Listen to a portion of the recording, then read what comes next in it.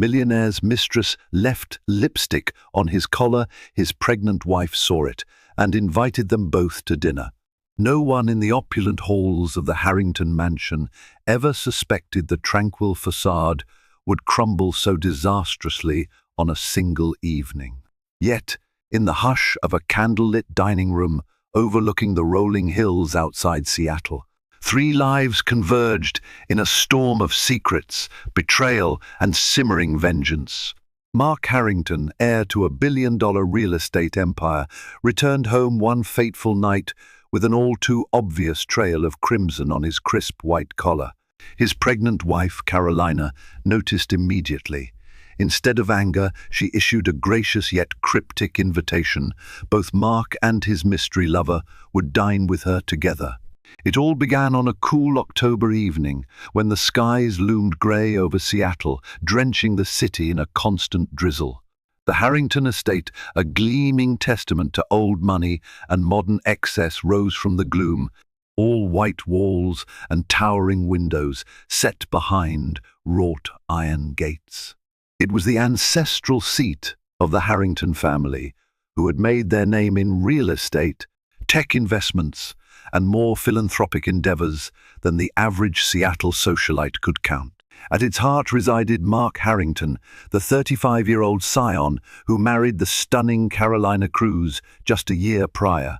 In one fell swoop, their wedding had blended West Coast aristocracy with old-world Cuban charm.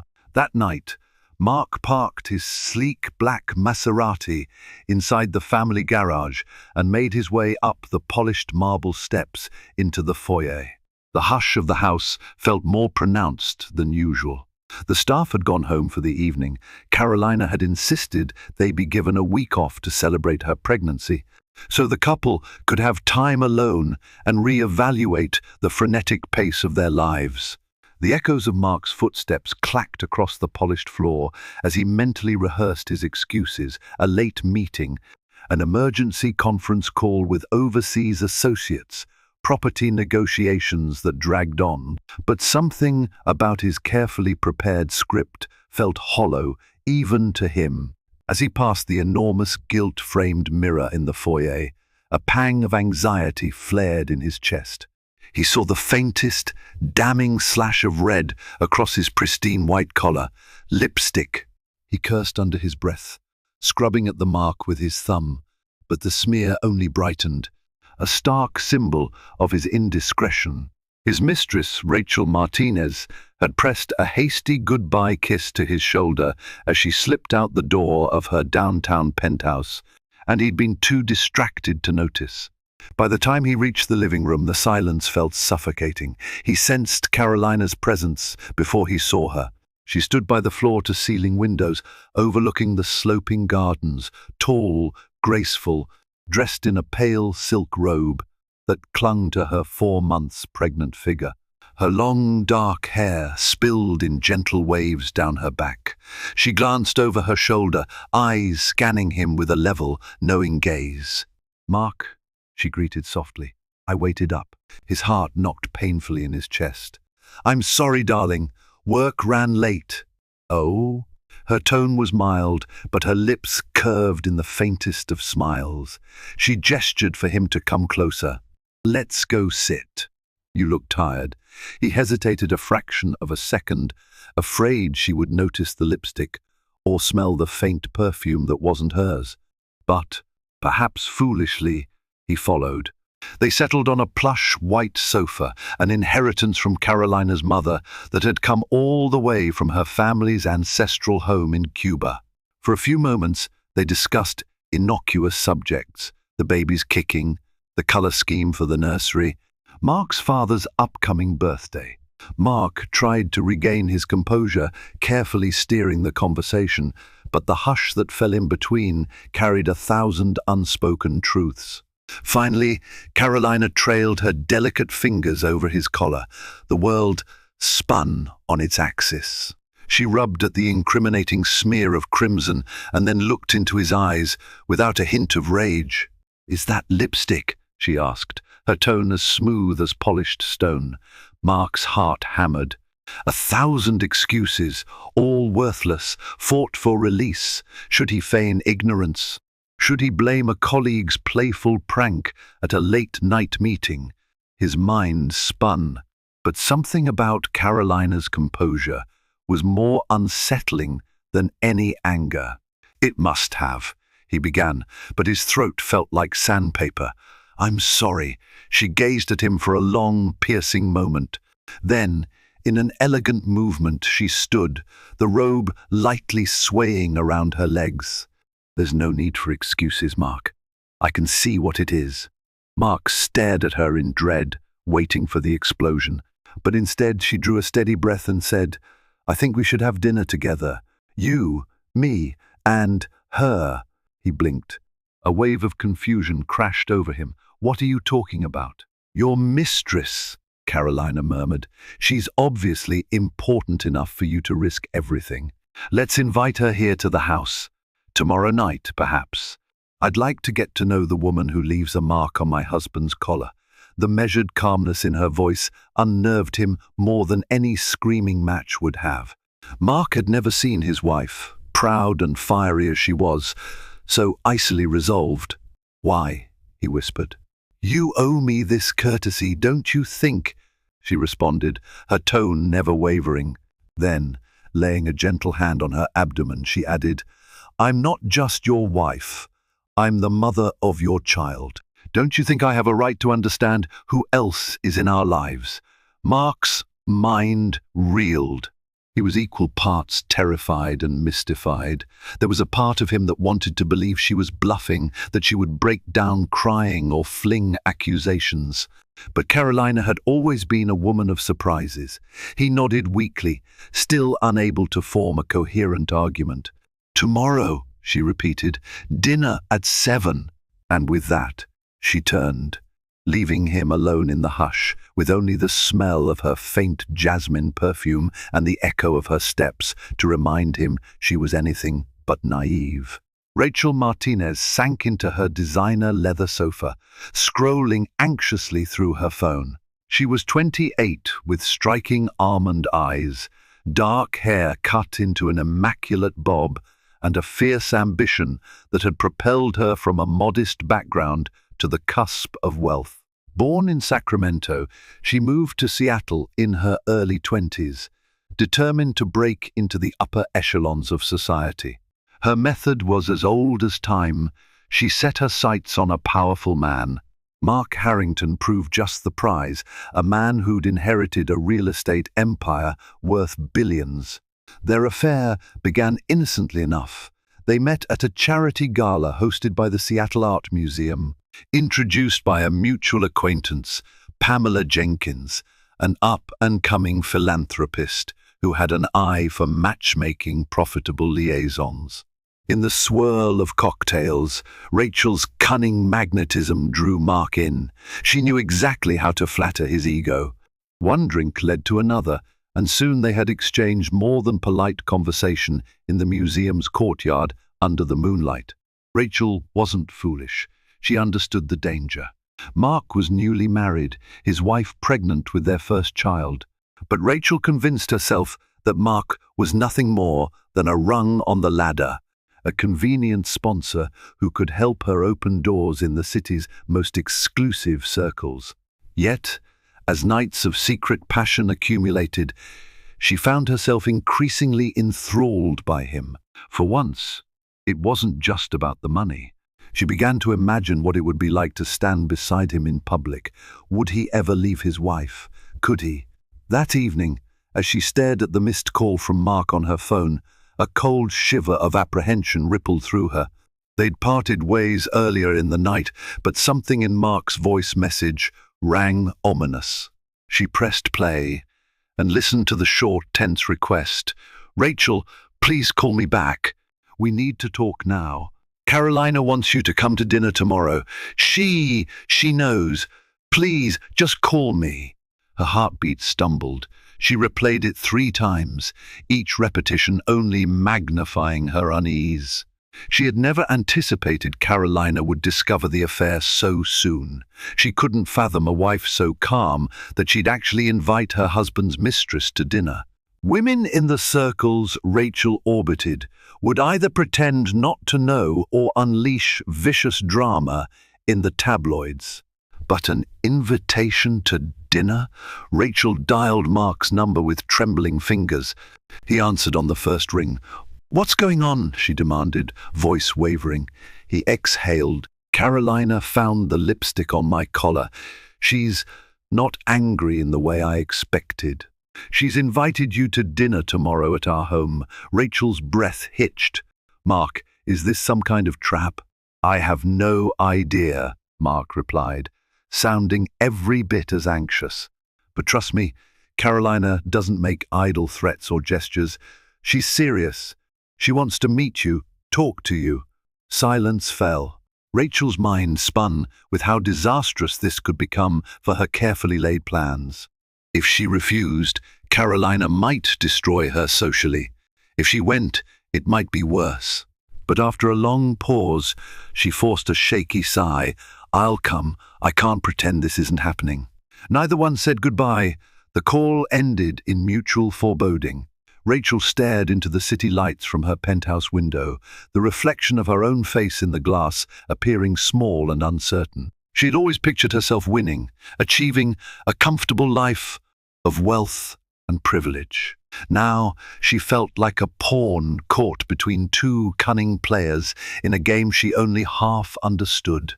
The following morning dawned bleak and overcast, the Seattle gloom casting long shadows across the Harrington estate. Inside the glass and marble mansion, Carolina oversaw every detail of the dinner preparation with methodical grace. Even though the household staff was on leave, she had summoned just two individuals, Chef Laurent from a nearby Michelin star restaurant and her longtime friend Gina Hastings to act as a server. Gina had known Carolina since their high school days in Miami. She regarded Mark's affair with barely contained fury. "Why are you putting yourself through this?" she demanded as she helped arrange the dinner table, a large slab of polished mahogany that could seat 30. Tonight, it would only seat 3. Carolina carefully positioned crystal water glasses.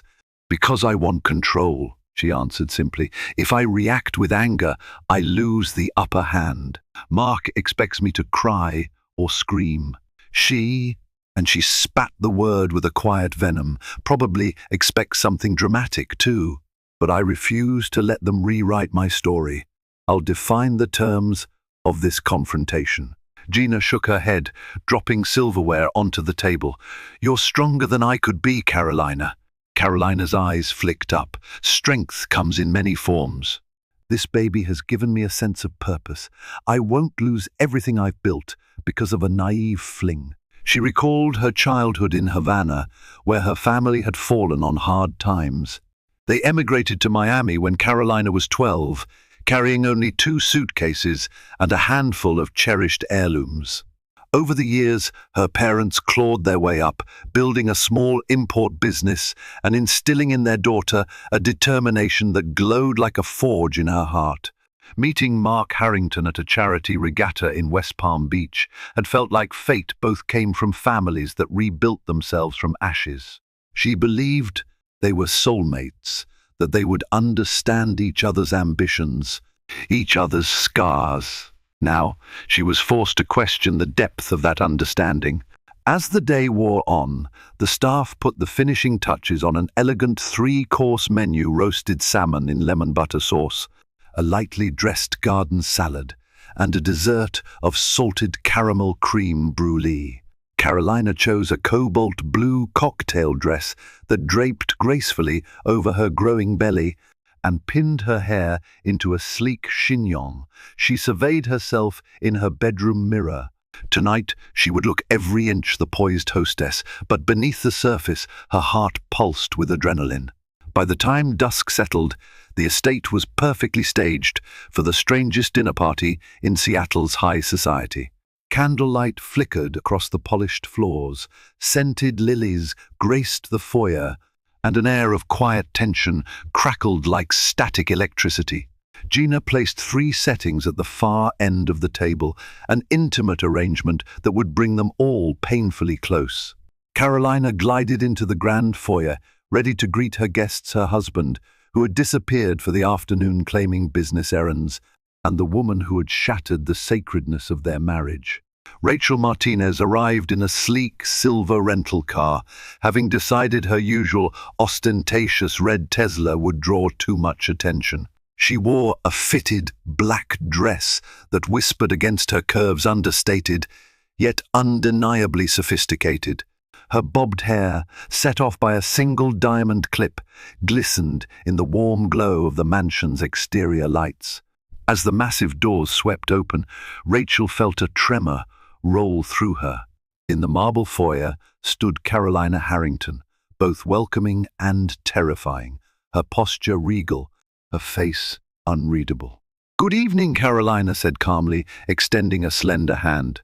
Rachel swallowed hard and shook it. The contact was cold, and in that brief moment, Rachel saw both quiet wrath and dignified courtesy behind Carolina's eyes. "Thank you for having me," Rachel managed. Though the polite phrase felt absurd, Carolina stepped back and motioned for Rachel to enter. "Please come inside. Marc is in the study. He'll join us shortly. May I take your coat?" Rachel nodded, shrugging off a light jacket and handing it over. She glanced around, taking in the soaring ceilings and tastefully arranged antiques. She noticed that no staff bustled about, just a single friend, Gina Hastings, who hovered near the doorway to the kitchen. It heightened the sense that this was a personal matter, not some grand social affair. Carolina led her through a short corridor into a lavish sitting room. A gilded clock chimed softly. The hush felt deafening, and the quiet rasp of Carolina's breath echoed off the marble floors. "Would you like something to drink?" Carolina offered, gesturing toward a cart with chilled sparkling water and a bottle of red wine. "I can ask Gina to bring a glass." Rachel's voice quavered. "Sparkling water, please. Thank you." Carolina poured the drink herself, the subtle fizz punctuating the silence. She handed the glass to Rachel and then sank onto a chaise lounge, crossing her ankles with careful poise. Rachel perched on the edge of a nearby chair, her posture tight. Neither woman spoke for a long moment. At last, Carolina's voice cut through the quiet. "You must have questions, Rachel." Rachel lowered her gaze.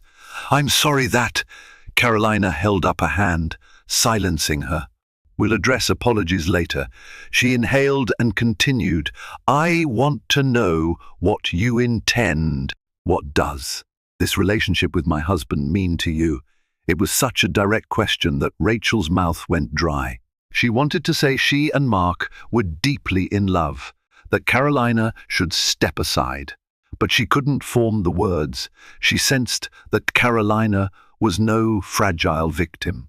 Instead, she forced out, "I care about him, but I never meant to." Carolina's gaze flicked toward her belly. "You never meant to what?" she repeated, her tone chillingly controlled. Rachel hesitated. "I never meant to hurt you or come between you, especially now that you're expecting. It just happened." Carolina's lips compressed. A wry smile quivered at the corners. "Things like this never just happen. They're choices, step by step, little betrayals, until a line is crossed." A tense hush fell. The friction in the air felt alive, buzzing with the weight of unspoken fury. Rachel braced for an onslaught of accusations, cursing, or perhaps even a tearful meltdown. But Carolina simply nodded, as if she already knew the answers. They both turned as footsteps echoed in the hallway. Marc appeared in the doorway, his expression grim. He took in the scene, his wife and his mistress, seated in polite conversation like mere acquaintances. It felt surreal. "Hello, Rachel," he said, clearing his throat. "Thank you for coming." She stared at him, her pulse roaring in her ears, uncertain how to respond. Carolina stood, gliding across the room to place a hand on her husband's shoulder.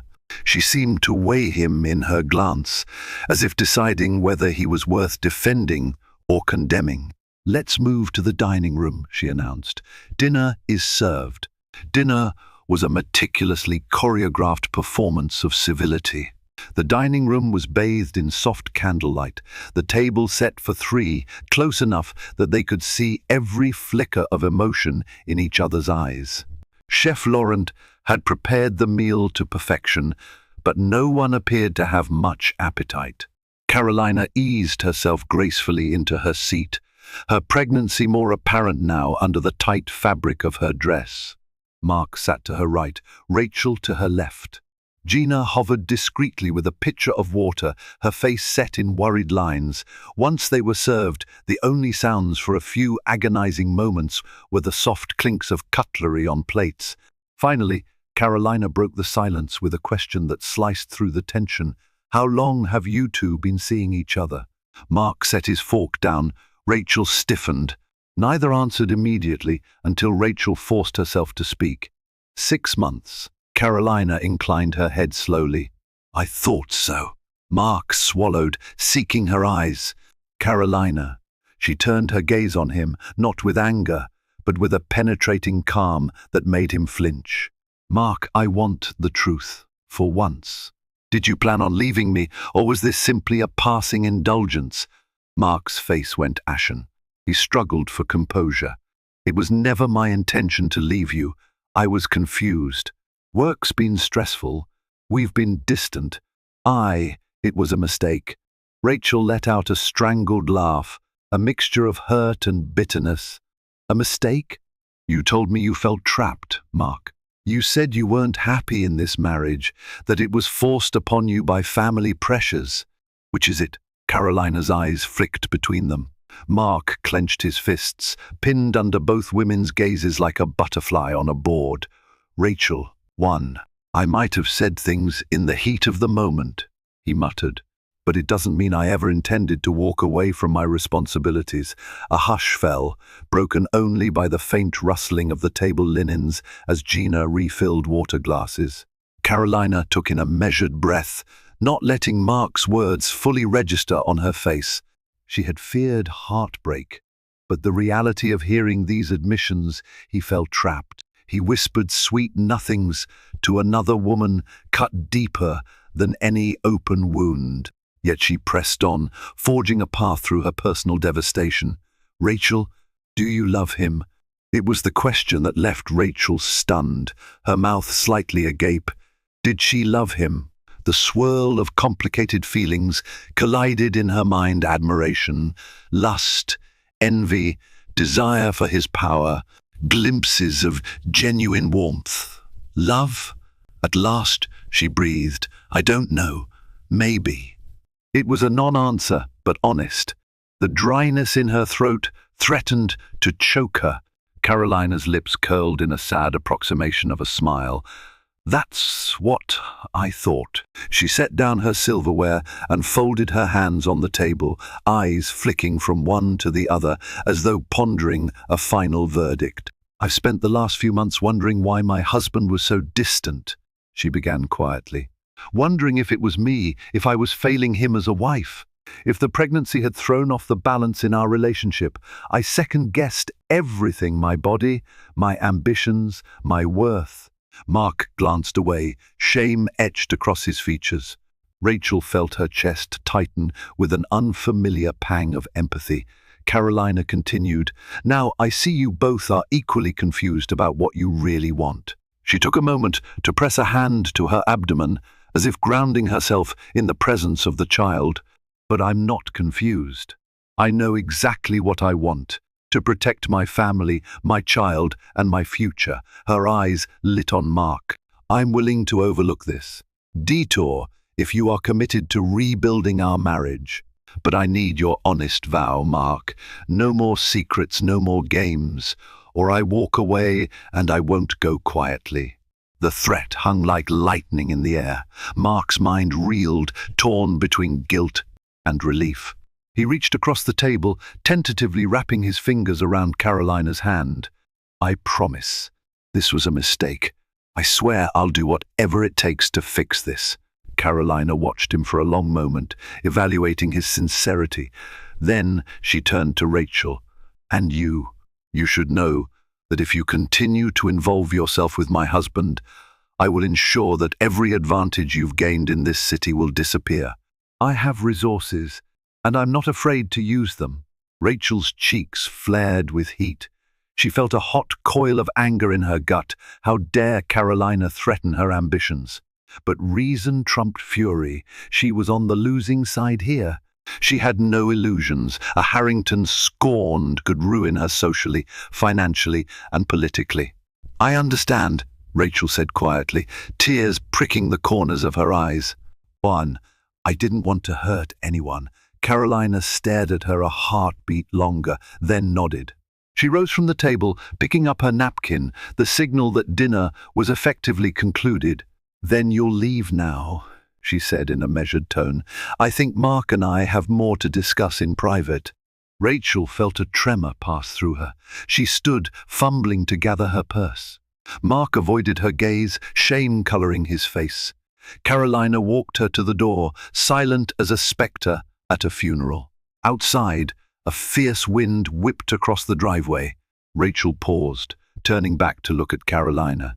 In the glow of the porch light, Carolina's expression was no longer one of controlled politeness. The anguish and betrayal swirled in her eyes, making them stormy as the skies overhead. Yet she managed to stand tall, even as her hand rested protectively over her growing belly. Neither woman spoke a farewell. Rachel hurried down the steps, the door closing behind her with a quiet click. Once Rachel was gone, Mark exhaled a breath he didn't know he'd been holding. He turned to his wife, guilt saturating every inch of his posture. She took a step toward him, her eyes brimming with the tears. She had fought back all evening. Before she could speak, he reached for her, pulling her into his arms. He half expected her to resist, but she allowed him to hold her, though her body remained stiff. She buried her face in his chest, and he felt the tremor of silent sobs. "I'm so sorry," he whispered, stroking her hair. "I'm sorry, Carolina. I never meant to." She pulled back, wiping her tears with the back of her hand. "You never meant to, but you did," she managed, voice shaking. "It'll take more than words for me to trust you again, Mark." He nodded, words failing him. The night had laid bare all their secrets, but something still simmered beneath the surface. A part of Mark's mind clung to guilt, not only for the affair, but for the half-truths he'd told Rachel, that he felt trapped, that he wasn't sure about fatherhood. He had allowed that darkness to overshadow the genuine love he once felt for Carolina. He led her back to the dining room, where the candles still flickered. Gina had disappeared, presumably to give them privacy. The partially eaten plates of salmon remained, but both seemed too upset to notice.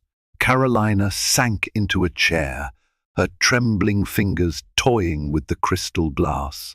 "I can't live like this, Mark," she murmured, tears glistening on her lashes. "I gave you the chance to own up to your mistake so we could move forward, but that doesn't erase the betrayal." He crouched beside her, gently capturing her hand in his. "Tell me what I need to do," he pleaded, voice rough. "Anything, Carolina, I'll do it." She closed her eyes, the tension in her brow softening, and whispered, "I need time, Mark, and I need honesty. Promise me there are no other secrets." Mark bowed his head, a wave of relief washing over him. He had told Rachel the dinner would likely end in disaster, that Carolina might want a divorce on the spot. But here she was, offering him a lifeline he knew he didn't deserve. "I promise no more secrets," he said hoarsely. "I'll earn your forgiveness, day by day." Carolina's lips trembled, but she gave a tiny nod. "Then we move forward," she said, "for the sake of our family." They embraced once more, both unsure what the future would hold. In the days that followed, Mark tried to bury himself in a flurry of work closing deals, meeting with investors, visiting properties in development. Meanwhile, Carolina immersed herself in preparations for the baby. They existed in the same house, tiptoeing around old wounds, determined to maintain a fragile peace. Word of the bizarre dinner leaked out among a few close circles in Seattle high society. Gina Hastings had confided in her husband, Marc Hastings, who was Marc Harrington's friend. Marc, appalled by the situation, confronted Marc one evening at a members-only lounge. "What the hell were you thinking, man?" he demanded over a whiskey. "You have a beautiful, pregnant wife at home." Marc could only shrug, shame burning in his cheeks. "I messed up. I'm trying to fix it." But while Marc tried to salvage his marriage, a new threat emerged. Rachel Martinez was not as willing to slink away quietly as Carolina had hoped. She had tasted power and affluence, and she wasn't about to let a single confrontation define her next move. Within a week, she showed up unexpectedly at Marc's office in downtown Seattle. She wore a crisp business suit and exuded a poised determination that rattled him. She cornered him in the hallway, ignoring the stares of passing employees. "What are you doing here?" Marc hissed, gripping her elbow and guiding her into an empty conference room. Rachel yanked free, her eyes flashing. "I need to talk to you," she insisted. "I'm in trouble, Marc." He frowned. "What do you mean?" She paced the length of the room, biting her lower lip. "Someone's threatened me." A phone call in the middle of the night. A man's voice telling me that if I don't leave Seattle, I'll regret it. Marc's eyes widened. "Did you go to the police?" Rachel laughed harshly. "And tell them what? That I was your mistress? And your wife probably hired someone to intimidate me? You think that won't end up splashed across every gossip site in the city?" Marc's stomach twisted. Carolina had said she'd do anything to protect her family, but would she go so far as to threaten Rachel? "Carolina wouldn't stoop to this," he said, though the edge of uncertainty in his voice betrayed him. "She's upset, but she's not the type to hire a thug." Rachel snorted, folding her arms. "You'd be surprised what people will do when everything's on the line. I have a strong suspicion that she, or someone close to her, is behind this. Look, I'm not trying to meddle in your marriage anymore, but I'm not going to be run out of town like a criminal." Marc pressed the heels of his palms to his eyes, a headache pounding. "Rachel, I don't know what you expect me to do." She took a step forward, lowering her voice.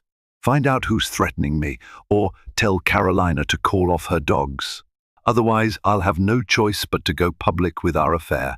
And trust me, Marc, that will make everything you've built come crashing down." Leaving the conference room, Marc felt the weight of Rachel's ultimatum pressing on his chest. He couldn't imagine Carolina poised, stoic, fiercely proud, resorting to midnight threats. Yet the alternative was that someone else, maybe a jealous colleague or a competitor wanting to exploit the scandal, was pulling the strings. That night he confronted Carolina. In their bedroom, he watched her carefully fold baby clothes into a dresser. She was wearing a loose floral robe, her hair falling over one shoulder. She looked serene, but he knew a storm could lurk behind those eyes. "Carolina," he began softly, "Rachel says she's received threats, that someone warned her to leave Seattle." Carolina's expression sharpened, but she didn't pause in her task. "Oh," she suggested, "it might be you." Carolina let out a long breath. "Marc, if I wanted to ruin her, I wouldn't make an anonymous phone call in the middle of the night. That's amateurish. I have better resources than that." Her voice was calm, but the insinuation sparked a chill in Marc's gut. "So it wasn't you," he pressed. She turned to face him, crossing her arms. "No, it wasn't. I promised you I'd take the high road, but I also told you I'd do whatever was necessary to protect our family. If I made a move against Rachel, you'd know. It wouldn't be a petty phone call." Marc studied her carefully, searching for any flicker of deceit. "Then who else would do this?" he asked. She shook her head, stepping closer, her hand going to his arm. "Marc, I'm not the only person who cares about you or about the Harrington name. Maybe your father heard rumors. Maybe it's a business rival looking to stir up controversy.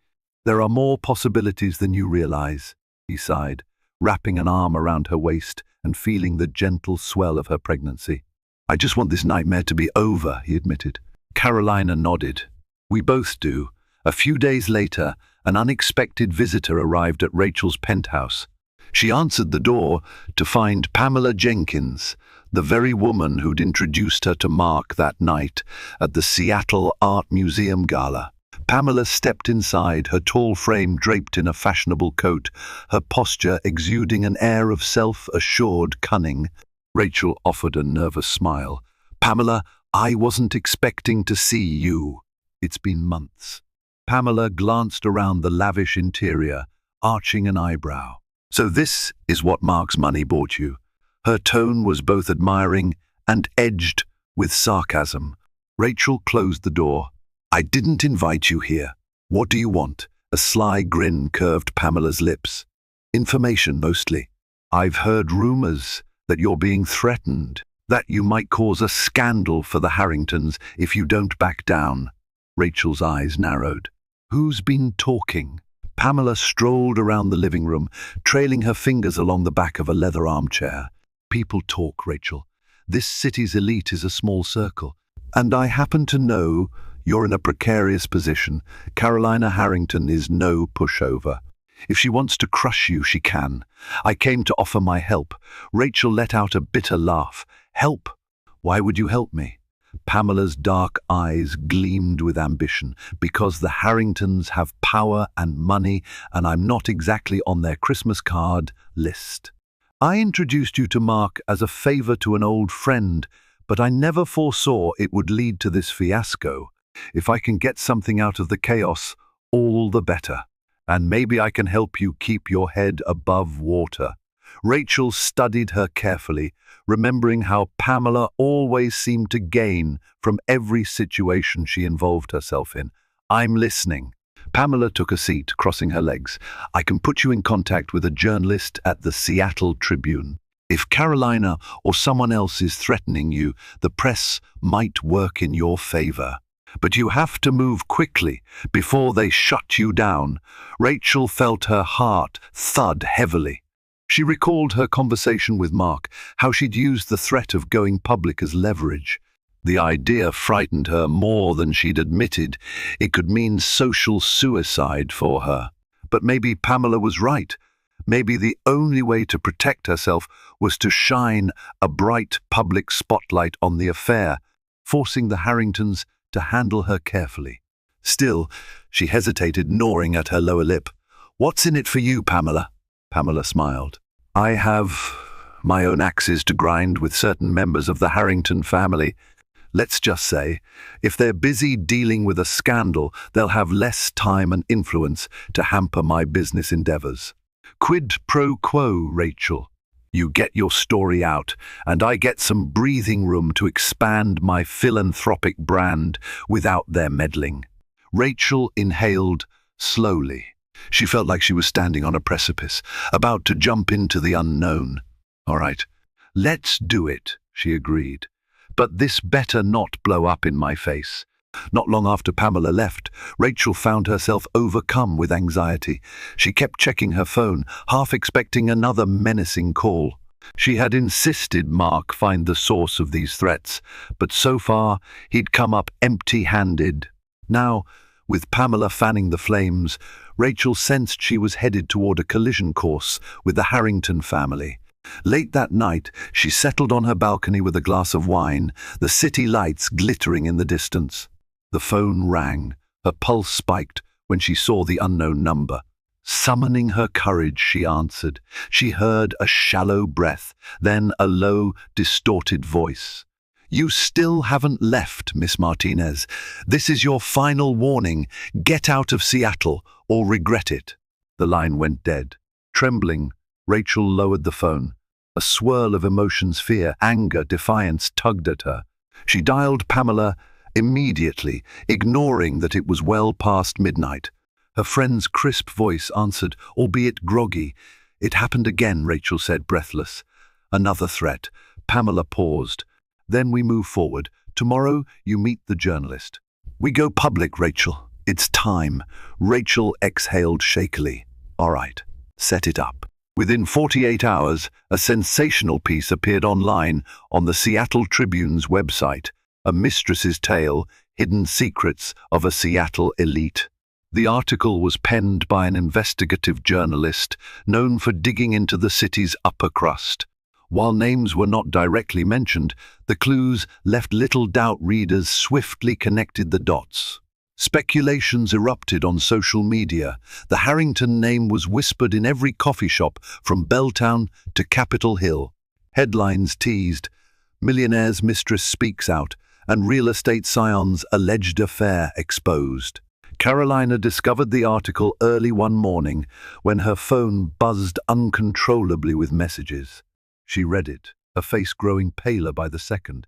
Marc, still nursing a morning coffee, saw her expression and felt dread coil in his stomach.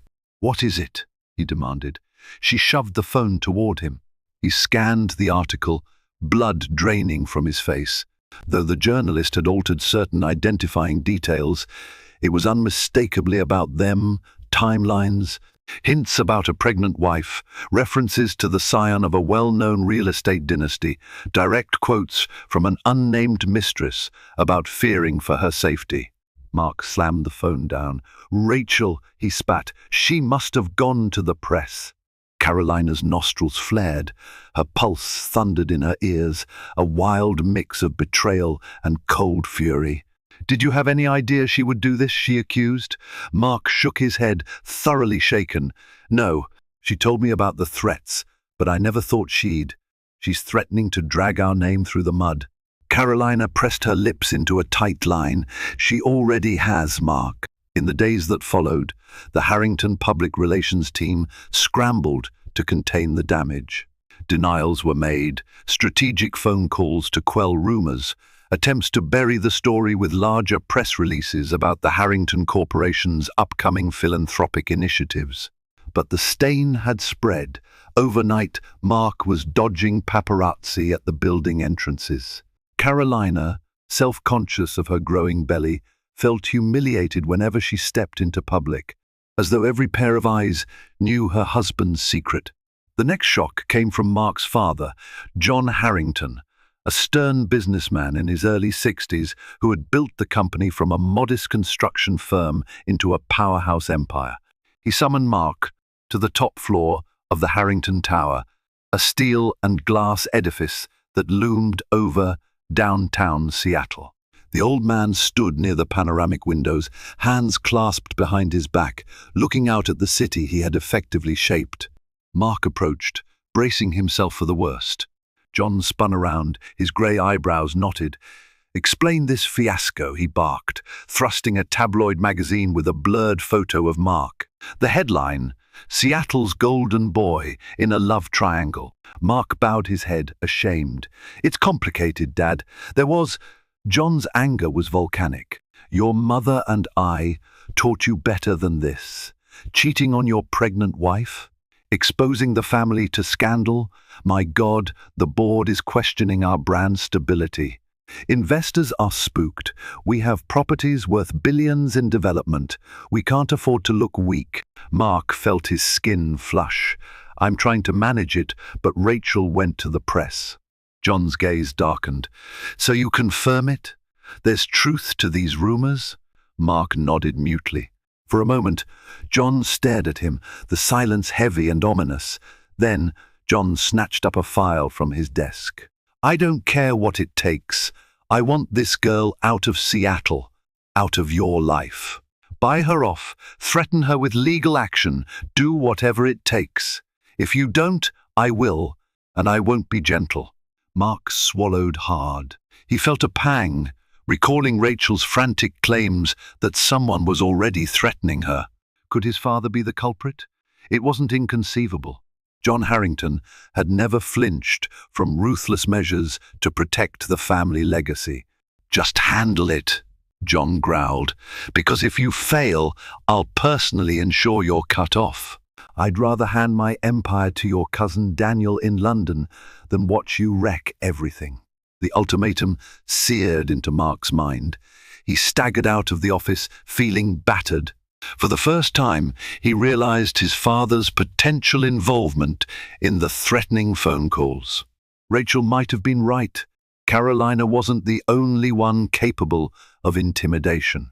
A few nights later, Mark sat alone on a bench in Volunteer Park, the city lights glimmering around him. He'd slipped away from the estate to gather his thoughts, away from Carolina's quiet heartbreak, away from his father's ultimatum. The entire world seemed to be closing in. Then, to his surprise, he saw Gina Hastings approaching through the dim glow of a street lamp. Her breath misted in the cool air as she settled beside him. "Carolina's worried about you," Gina said gently. Mark nodded, staring down at his hands. "I just needed some space." She tilted her head, studying him. "You've made a mess, Mark. But for what it's worth, I know you still love Carolina. Don't give up. She needs you to step up. Fix this." He heaved a sigh. "I know. But Rachel's not backing down. My father's threatening me. My wife barely trusts me. And there's a baby on the way." His voice cracked. "I'm terrified." Gina placed a hand on his shoulder. "Terror can be a motivator or a prison. If you love Carolina, if you want a future with your child, you'll find a way to protect them, whatever it takes." Mark lifted his gaze, struck by Gina's seriousness. Something in her eyes shone with fierce loyalty for her friend. "I'll fix it," he repeated, clinging to the thought. "I have to." That weekend, Mark decided to confront Rachel head-on. He set up a meeting in a public place, an upscale hotel lounge, hoping to keep the conversation civil and avoid any tabloid photographers lurking. Rachel arrived looking tense, scanning the room as if expecting an ambush. "I'm here," she said tersely, taking a seat across from him in a velvet-lined booth. He nodded. "I won't waste time. The threats you've been receiving, I suspect my father might be behind them. I had no idea. But now, with your interview, everything's exploding.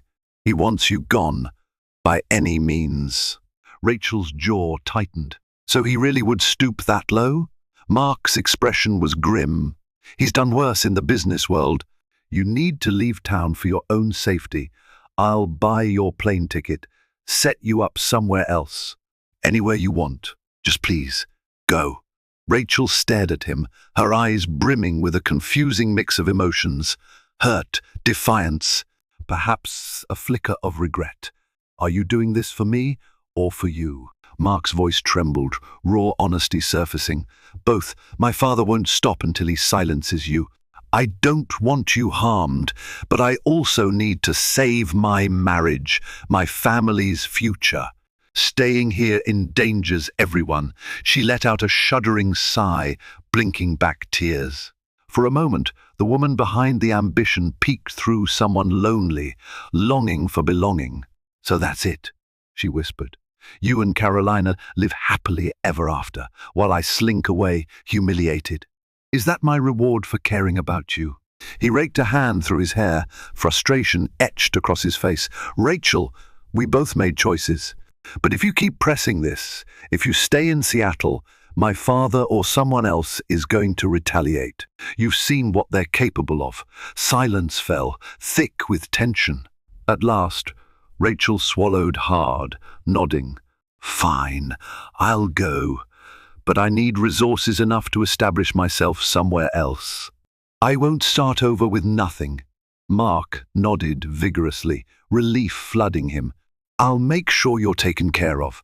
I promise." She fumbled in her purse, pulling out a pen and a small notepad. "Write down the details of your offer. I need it in writing." He didn't argue. He quickly scrawled an agreement. He'd transfer a substantial amount of money into her account, enough to buy a condo in another city, plus extra to get her started. She studied the note, then stuffed it in her purse. When she stood, shoulders quivering, she looked as though she was about to speak. Instead, she just pressed her lips into a thin line and walked away, disappearing into the crowd. Over the next week, Mark spent hours negotiating a safe exit strategy for Rachel. The hush money, he refused to call it that, though in truth it was exactly that, would be wired discreetly. Rachel began liquidating some of her assets in Seattle. She assured Pamela Jenkins she would remain in contact, but she had no choice but to leave the city if she wanted to avoid further threats. Meanwhile, Caroline discovered the final twist. In the midst of Mark's frantic attempts to save face, he had made a high-level deal with Rachel. The day she found out, Mark came home to see her in the study, flipping through a bank statement. She didn't speak for a long moment, her face unreadable. "You're paying her off," Carolina said at last, her voice calm but laced with disbelief. Mark exhaled, bracing for her reaction. "Yes, I had no choice. My father, he was escalating things, threatening her with who knows what. This was the only way to protect everyone." Carolina's lips parted, her eyes flashing with conflicting emotions. "So you're rewarding her for betraying me, for humiliating our family?" Mark moved closer, gently taking her hand. "I'm not rewarding anyone. I'm ending this. Once she's gone, the press will move on. We can focus on our child." Carolina studied him, tears glistening in her eyes. "I still can't believe you've put us in this position.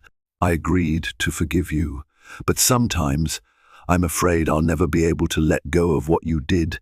How you lied." Mark's heart clenched. "I know. I'll spend the rest of my life making it up to you if that's what it takes." She closed her eyes, leaning against his shoulder. Her voice trembled. "I'm tired, Mark. This pregnancy is hard enough without the scandal, the shame. I just want peace." He wrapped an arm around her, drawing her close. "I'll give you peace, I promise." In the final stretch, events accelerated. Rachel's departure. True to their agreement, Mark facilitated the transfer of funds. Rachel quietly sold her penthouse and boarded a flight to Los Angeles, carrying the bitterness of her failed ambitions. She did so without further fanfare, leaving behind a swirl of gossip columns that soon fizzled. The Harrington family's reaction. John Harrington, though enraged, grudgingly approved of Mark's solution. The scandal cooled, investors relaxed. The Harrington name, while bruised, stood intact. Carolina's struggle. She remained stoic in public, attending charity events with Mark at her side. But in private, she fought the specters of doubt and betrayal. Each day she wrestled with whether she truly could forgive Mark, or if she was merely holding on to a semblance of normalcy for their unborn child. Months later, the crisp air of late winter settled over Seattle. Carolina was 8 months pregnant and glowing with the anticipation of motherhood. The Harrington mansion hummed with subdued excitement. Mark had left early that morning for a final inspection of a new development. Carolina found herself pacing the nursery, running her hands over the pale cream walls.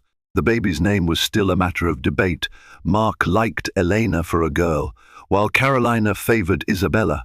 For a boy, they'd agreed on Andres after Carolina's grandfather. Yet, as she stood there, she felt a sudden wave of pain in her abdomen. Her breath caught.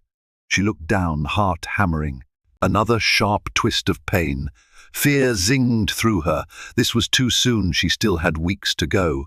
She fumbled for her phone, trying to dial Mark's number, but the pain doubled her over, driving her to her knees. Gina was nowhere in sight, nor was any staff member. She crawled toward the door, her vision swimming. Suddenly, she heard the front door open. Footsteps thundered through the foyer. To her relief, Mark's voice echoed, "Carolina, are you here?" "Mark," she cried, her voice strained. He rushed in, eyes wide at the sight of her on the floor, clutching her belly. She gasped, It's early, I think Oh God." Panic washed over Mark, but he forced himself to stay focused. He gently helped her up, half carrying her through the hallway. "I'll get you to the hospital. Hang on." At Seattle General Hospital, Carolina was whisked away by nurses, while Mark answered frantic questions from doctors. The baby was coming prematurely, but the staff reassured him they had everything under control. Hours later, after an agonizing labor that tested every ounce of Carolina's resilience. A baby's cry split the air.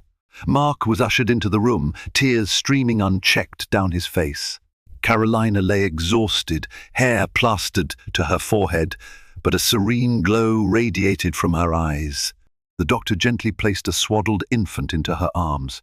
"A little girl," the doctor announced softly, stepping back. Carolina's heart soared with relief, tears slipping down her cheeks as she gazed at the perfect face of her daughter.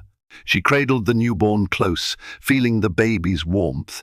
Marc rested his forehead against hers, overwhelmed by gratitude and awe.